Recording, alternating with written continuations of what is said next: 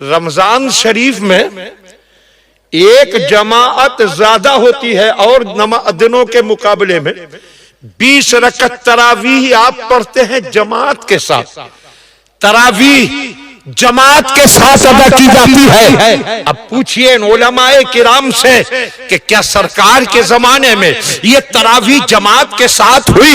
تو پتہ چلے گا نہیں. صدیق اکبر کے دور میں ہوئی نہیں، بلکہ حال یہ تھا کہ کوئی الگ پڑھ رہا ہے، کہیں 2-4 لوگ مل کر پڑھ رہے ہیں، کوئی تنہا پڑھ رہا ہے. ایک جماعت کے ساتھ تراویح نہ سرکار کے زمانے میں ہوئی نہ صدیق اکبر کے زمانے میں ہوئی. جب دور آیا فاروق اعظم کا تو آپ نے ایک دن سب کو حکم دیا کہ اب سب مل کر ایک جماعت کے ساتھ تراویح پڑھا کر.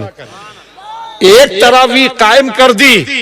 ایک حافظ مقرر فرما دیے کہ یہ تراویح پڑھائیں گے اور سب ان کے پیچھے پڑھیں گے. کسی صحابی نے یہ نہیں کہا فاروق اعظم اگر تراویح جماعت کے ساتھ پڑھنا اچھا کام ہوتا تو سرکار کے زمانے میں ہوتا، صدیق اکبر کے دور میں ہوتا. آپ کیوں کرا رہے ہیں؟ نہیں، سارے صحابہ جو اس وقت موجود تھے جماعت میں شامل ہوئے اور قیامت تک کے لیے عملی طور پر فیصلہ کر دیا کہ جو کام اچھا ہو وہ اگرچہ حضور کے زمانے میں نہ ہوا ہو تب بھی اس کام کا کرنا اچھا ہی رہے گا. اور جب جماعت قائم فرما دی، اگلے دن فاروق اعظم تشریف لائے مسجد میں تو دیکھا جماعت ہو رہی ہے. اب دھیان دیجئے، جو لوگ کہتے ہیں یہ بدعت ہے وہ بدعت ہے، بدعت کہنا بھی نہیں آتا. یہ بدعت ہے اس لیے حرام ہے، وہ بدعت ہے اس لیے حرام ہے. آؤ وہ دیکھیں جب سرکار امیر المومنین سیدنا عمر فاروق اعظم دوسرے دن تشریف لائے تو جماعت کے ساتھ تراویح ہو رہی تھی. بڑا حسین منظر تھا. سارے نمازی ایک ہی ساتھ کھڑے ہوئے تھے، ایک حافظ تراویح پڑھا رہے تھے. حضرت فاروق اعظم نے دیکھا، دل خوش ہو گیا اور فرمایا نعمت البدعۃ ھذہ.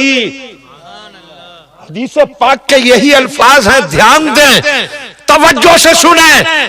جو لوگ کہتے ہیں یہ بدعت وہ بدعت ہے، وہ دیکھیں حدیث پاک کے یہ الفاظ کہ سرکار فاروق اعظم نے فرمایا تھا نعمت البدعۃ ھذہ، یہ بدعت کتنی اچھی ہے.